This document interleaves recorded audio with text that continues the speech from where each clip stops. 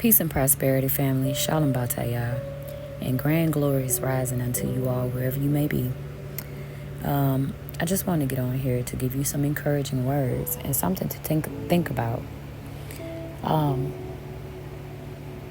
Preparing spiritually and emotionally for the gathering and for the second Exodus requires some strength. And that strength you're going to have to get from the Most High.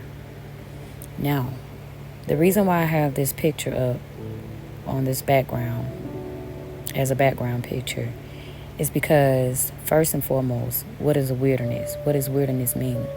It's an untamed, uncultivated place, with wildlife, trees, shrubbery, lots of vegetation. When I say vegetation, be it wild fruits, wild plants, wild medicinal plants, all these types of things. And there are no houses. There's no toilets. There's none of that stuff. No lights. It's just you're out in nature. What y'all call nature. So, I want you all to think about something.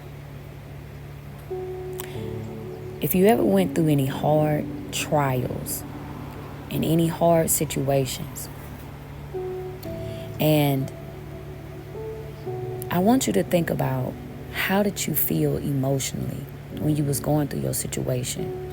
Be it that you lost your house, you lost your job, you lost friends and co-workers, or you were just going through purity hell and you didn't know what to do. How did that make you feel emotionally? How did that make you feel mentally? How did that make you feel spiritually? And how did that make you feel physically? When you didn't have no way of figuring it out, and you knew for a fact you couldn't depend on nobody else but the Most High Himself. This is what it's going to be like. And the reason why I say this is because the Most High says that He will purge the wicked from amongst us, the rebels. These are the ones that are not trusting the Most High. These are the ones that speak with their mouths that they love Him, they trust and they obey Him. But inwardly, their hearts are far from Him.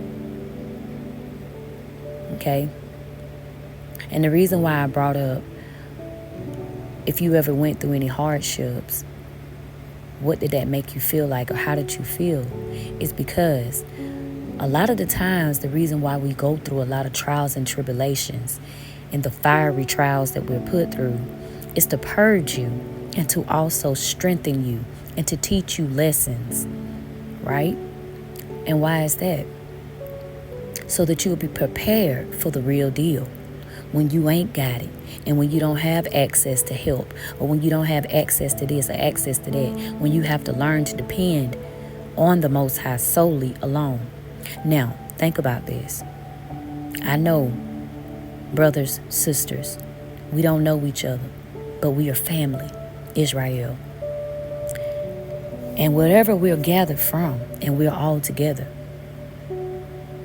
from the four corners of the earth, and we are all together. We got to learn to love and trust one another as we love and trust the Most High, because we would be one mind, one body, one soul, one spirit, all collectively together as one whole nation. And as I said, the Most High said this Himself in His words, not mine. I'm just telling you what He said, in which you can go and read it for yourself and listen to Him and let Him speak to you through His words. That He will purge out the wicked and the rebels from amongst us, because He knows who belongs to Him. He knows every last one of our heart's intentions, our true intentions towards Him. Now, with that said, are you ready for the second Exodus? Are you spiritually and emotionally equipped and mentally equipped to be in the wilderness? Now I want you to think about this. Think real hard on every hard situation that you've ever been through and you made it out. It was because of the grace of the Most High, because He was with you every step of the way. And then sometimes, some of us had to repeat that same cycle because you didn't learn the lesson. For example, and this is true, and if you've been following me long enough, you know my background story, that my children and I, my family, we were homeless for a great little while, for almost 3-4 years. We was homeless, sleeping in our van, sleeping in hotels, no money, no nothing. And but the Most High taught me a grand lesson to depend upon Him to see us through. There was days that we didn't have enough finances to eat. There was days when our children would look at us and they would say, "Mama, Daddy, I'm hungry." And we look in our pockets and don't have but a few dollars because we had to spend it on gas or spend it on toiletries or spend it on a hotel for that night or for that week.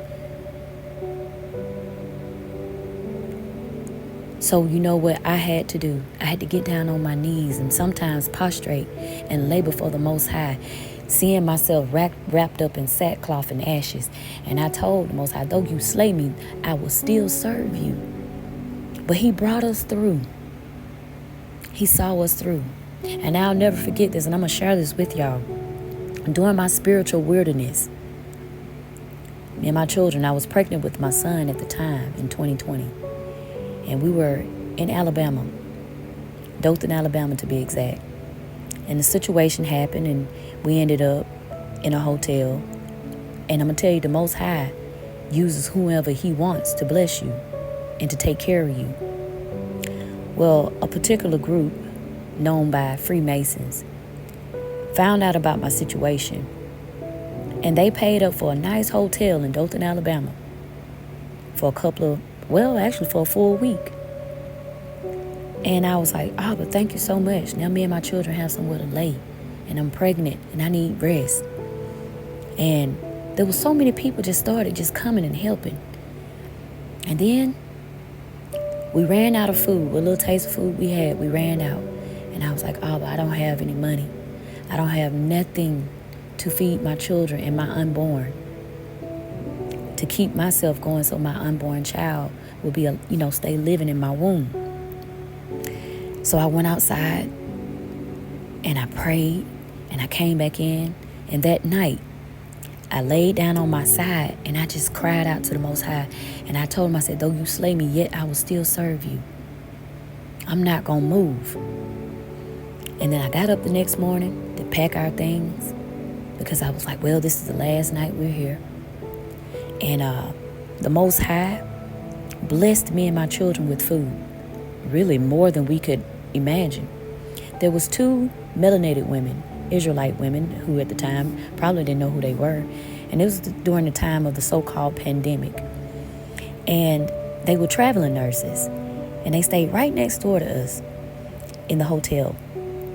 And long story short, the lady said, "I noticed that you had some children." She said, "Well, we have all this food and we don't know what to do with it. We just don't want to throw it away." I said, "Here, hand it here." I said, "Hand it here. I'll take it." And then she gave me 2 big bags of food. Now, do you see what I'm saying? The Most High will provide, but you got to trust and depend upon Him. So I'm going to ask you all again, family. Are you truly prepared for what's coming? Get your spirit, your mind prepared for the wilderness. And don't let us not be like our ancestors, complaining and griping. We got to trust in the Most High Yahuwah all the way through this thing so we can make it to the land that He promised our forefathers and the land that He's promising us today. I love y'all, and I bid y'all shalom in the mighty name of Yahushua HaMashiach. May y'all day be filled with the peace of the Most High, and may He protect each and every one of you throughout your day and your families. I love y'all. Shalom. Batayah.